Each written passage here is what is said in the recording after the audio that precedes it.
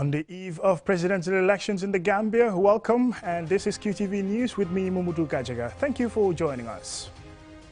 First, here are the main local news headlines.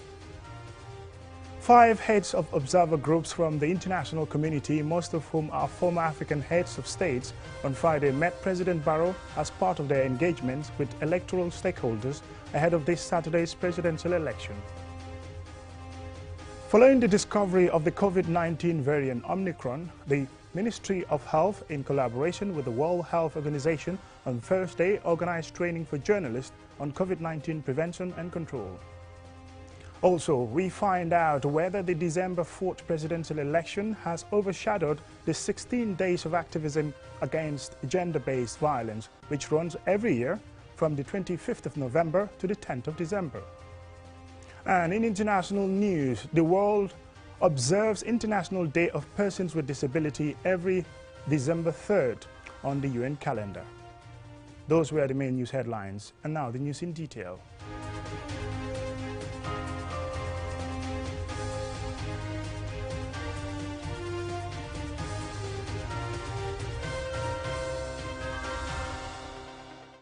Welcome and thank you if you're just joining us. This is QTV News. 5 heads of observer groups from the international community, most of whom are former African heads of states, on Friday met President Barrow as part of their engagement with electoral stakeholders ahead of this Saturday's presidential election. Murulamin Choi was there, and this is his report.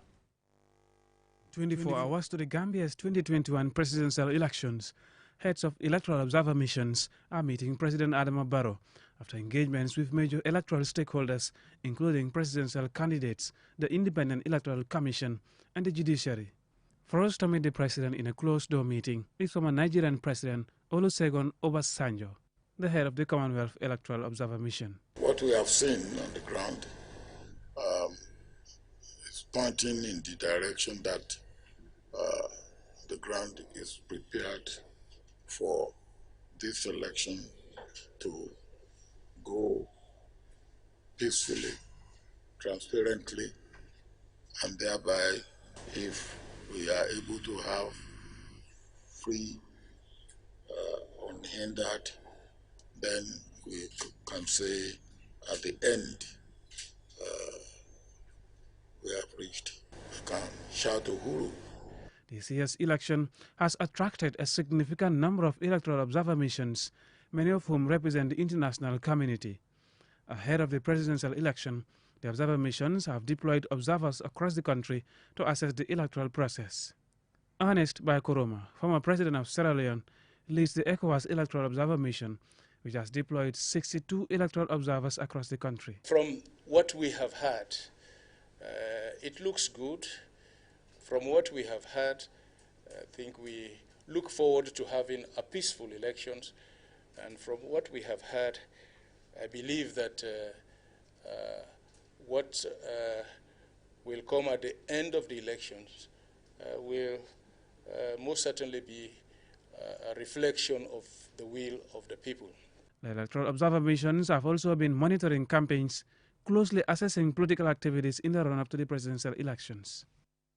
Leading the African Union's team of electoral observers is Ngalema Motland, South Africa's former head of state, who is impressed with the peacefulness of election campaigns in the Gambia. We want to make sure that all goes well. We've been here and we had the privilege of attending the rallies last night, and we think the manner in which rallies are conducted here holds important lessons for the rest of the continent, because you know, we saw little children, their parents and grandparents at the rally late at night, and the fact that you know, those rallies end peacefully, people go back home safely, is something that is really to be marveled at. Also, former Nigerian President Goodluck Jonathan and Norbert Nusha, heads of the West African Leaders Forum and the European Union's Electoral Observer Missions, respectively, had meetings with President Adama Barrow on Friday. After the presidential polls, observer missions will publish reports of findings and recommendations on their assessment of the electoral process, and will comment whether the process has been credible and transparent. Mahmoud Lamin Choi, QTV News.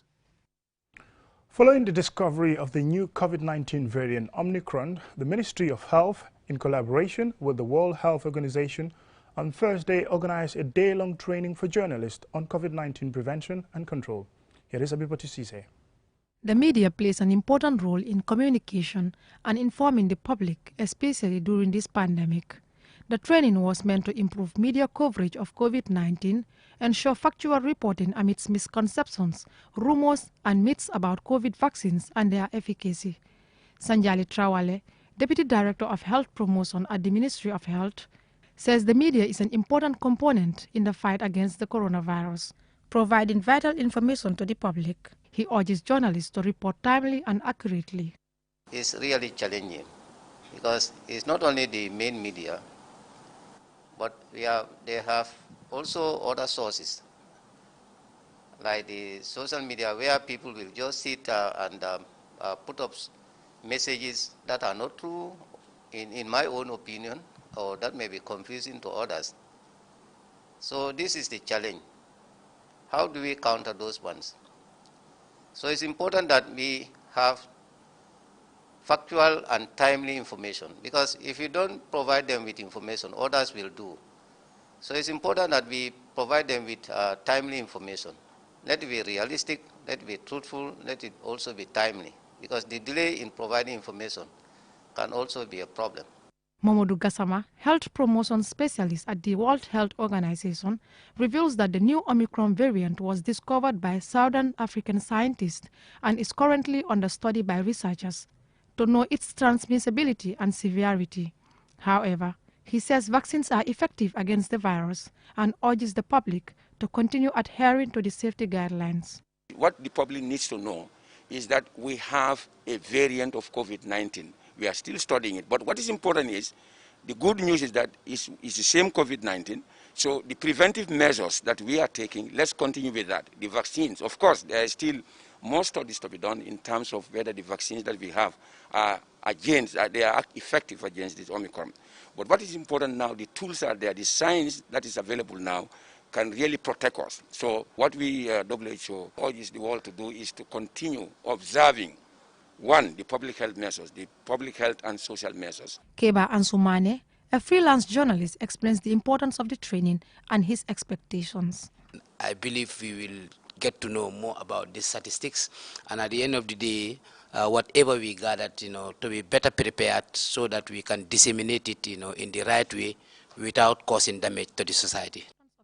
Aissatou Sedi, Program Officer at the Health Communication Unit of the Ministry of Health, reveals that the Gambia has registered 9,989 coronavirus cases, 342 deaths, 9,638 recoveries, and currently has less than 10 active cases as of 2nd December 2021. For QTV News, I am Abibatu Sise. 16 Days of Activism Against Gender-Based Violence is an international campaign to challenge violence against women and girls. The campaign runs every year from the 25th of November to the 10th of December. As Jennifer Sonko reports, the December 4th presidential election has overshadowed the campaign in the Gambia. 1 in 3 women have been abused in their lifetime. The 16 Days of Activism for the Elimination of Violence Against Women commemorated to fight that menace by reaffirming our collective commitment to ending violence against women and girls. The 16 Days of Activism was started by activists at the inaugural Women's Global Leadership Institute in 1991 and continues to be coordinated each year by the Center for Women's Global Leadership. In the Gambia, 16 Days of Activism coincides with political activities as the country head to the polls. This has outshadowed the activism. Within the period of the election, we see this violence is happening. Like in our political campaigns, in our homes, we see sort of violences that are directed to women, that are directed to other gender because of their political preferences coming up. So it should not highlight the fact, is to not highlight the fact that these things are happening or trying to minimize the happenings because of we are having elections. We should reduce our attention on it. But then we have to give the election to its due because it only happens once in every 5 years. So we have to give it the focus. When it passed, then we still have time to do more activities before on the 10th of December, inshallah. For Momodu Lamin Davis, the elections, coinciding with the 16 days of activism against sexual and gender-based violence, gives politicians a chance to add their voices to the activism. Davis is a he for she who are often accused of not doing enough for women. To me, that is a very puerile argument. Of course, I know there are a lot of perpetrators of gender-based violence, and most of them are men and boys. But of course, we know that there are also a lot of men and boys in the streets, in our homes, that are fighting tooth and nail on a daily basis to ensure that we have a Gambia and that we have a world that is free from all forms of violence against women and girls.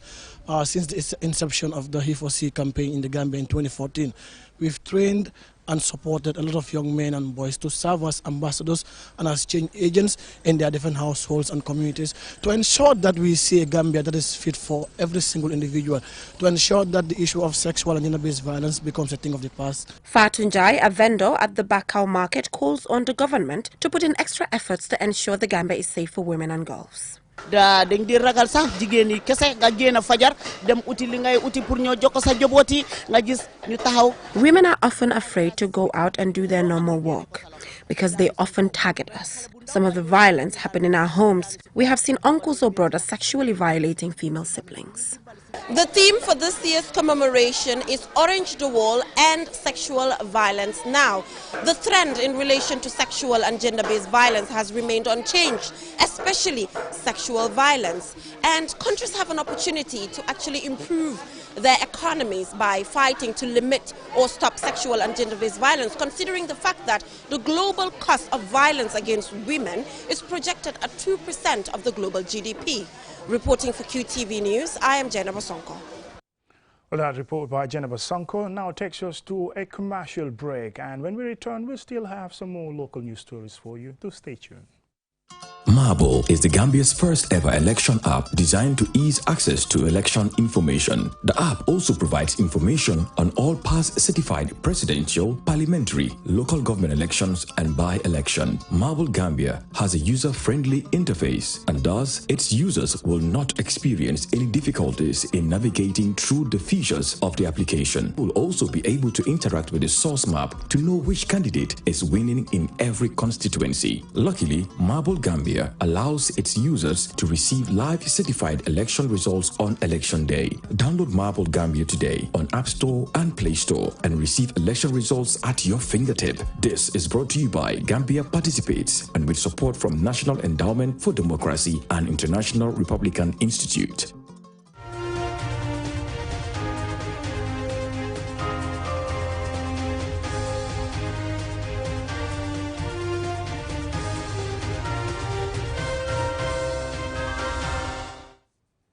Welcome back, and thank you very much if you're just joining us. This is QTV News.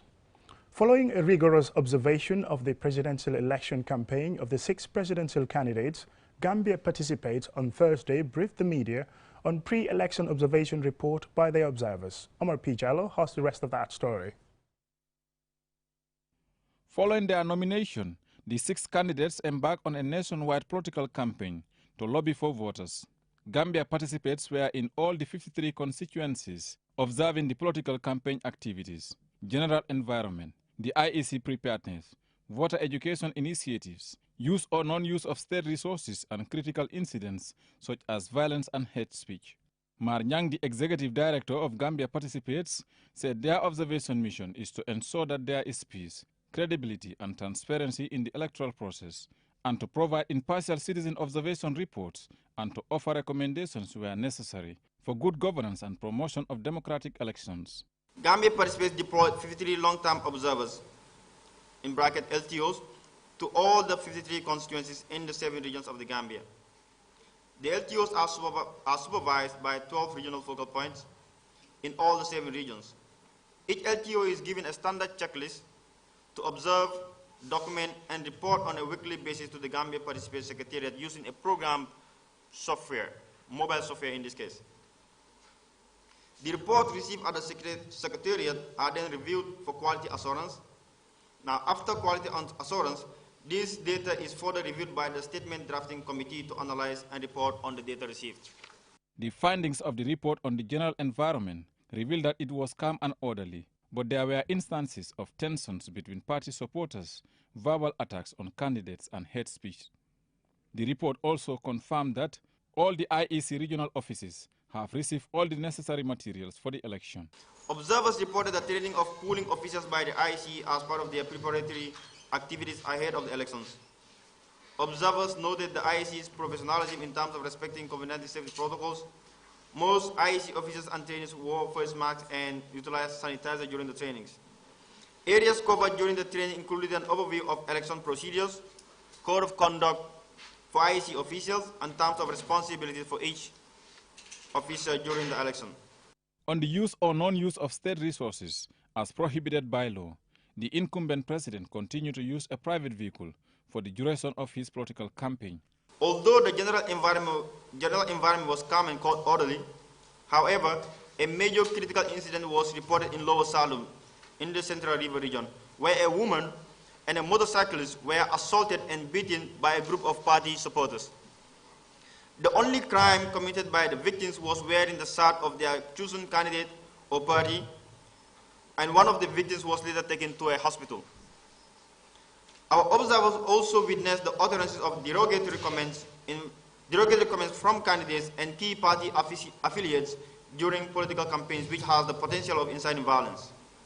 One instance occurred in North Bank region during a GDC campaign event. The two other instances occurred during NPP and UDP campaigns events where the candidates launched insults at their opponents. Gambia participants recommend the IEC to ensure political parties strictly adhere to the campaign code of ethics, candidates to focus on party policies and programs, and refrain from utterances of hate speech and derogatory comments, citizens to accept the verdict should their candidate lose the elections, and state security personnel or institutions to be apolitical in discharging their responsibilities. Reporting for KTV News, I am Omar P. Jallo. The Election Watch Committee, in partnership with stakeholders on Thursday, presented a pre-election report of their findings and recommendations for the December 4th presidential elections. Zainab Haidara tells us more. The Elections Watch Committee conducted a non-partisan citizen observation of political party congresses, voter registration process, candidate nomination process, and the campaign period for the 2021 presidential elections. The activity was done as an important guide for the political parties and voters to know what has transpired and what is expected to hold a peaceful election. Boubacar Sambu, the president of Peace Ambassadors, the Gambia, stated that they deployed 59 campaign observers, 6 regional coordinators, and 53 constituency observers to monitor the presidential campaign. The Elections Watch Committee received reports from observers of attempts to disrupt political activities or arguments between party supporters, but they did not result in violation. In one instance, an observers witnessed a candidate distributing money to a crowd, which resulted in a tussle between supporters over cash. Outside of these instances, the Elections Watch Committee notes that the entire campaign period was largely peaceful. The Elections Watch Committee commends the citizens and political actors of the Gambia for their continuing commitment to a peaceful election process. Yankuba Manjang, the Executive Secretary Peace Ambassadors, says Election Watch is fully prepared for election day. Primarily, the 300 stationary observers are those that are sending us the checklist where all the critical materials or the information that we shared with you are being collected, and this is where we analyze all that. So before the election day, we make sure that to make sure that we have our systems right, our observers after the training, we are tasked to send in 2 simulation exercises or 2 simulation reports. The first one was sent on Tuesday, and today they are sending the second simulation exercise. And that's what they are trying to clear out from the system. Ndegen Job, the Deputy Speaker of the National Youth Parliament, which aims to represent the voice of the young people, was delighted at the role they played in encouraging young people to register and vote in this election. I am hopeful because during the registration we went out nationwide and we did our mobilization campaign, and we see when the numbers came out as 57.7% of registered voters being young people, we were impressed. And this year also we even extend the time from the 1st of November to the 1st of December. We were doing our voter education and information campaign on social media, on radio, and on the ground, and we are hopeful. I might not be able to give you percentage and number, but we are hopeful that out of the 57.7, we'll have a very good number of young people that will come out to vote. The Elections Watch Committee reminds all registered voters to come out on Saturday and vote, and calls on politicians to abide by the Janjanbureh Peace Accord and its commitments to participate peacefully before, during, and after elections. For QTV News, I am Zainab Haidara. That report by Zainab Haidara takes us to the international news.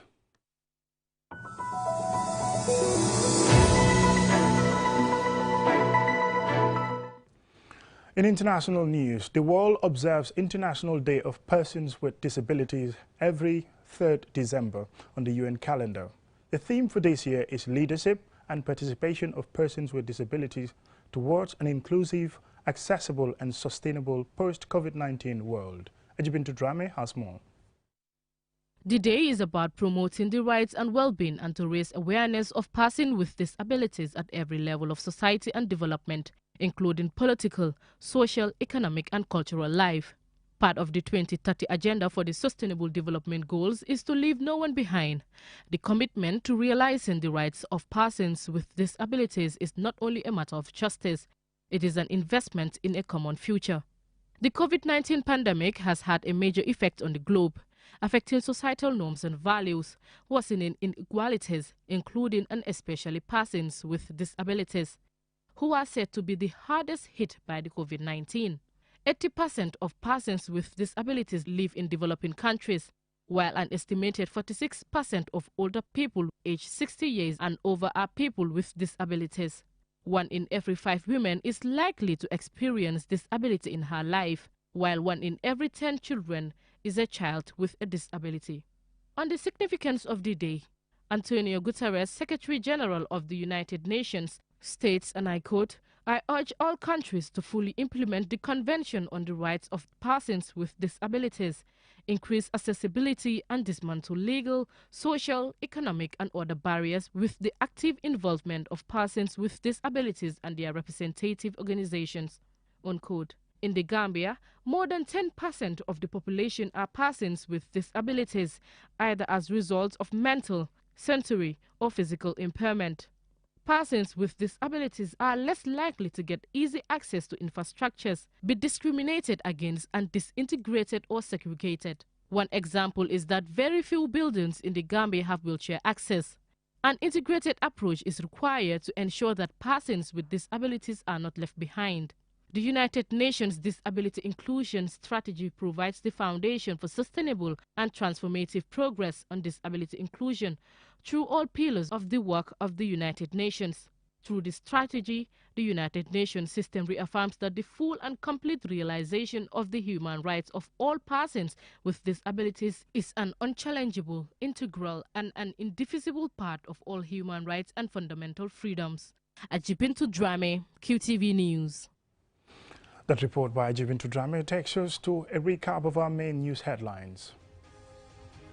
5 heads of observer groups from the international community, most of whom are former African heads of states, on Friday met President Barrow as part of their engagements with electoral stakeholders ahead of this Saturday's presidential election.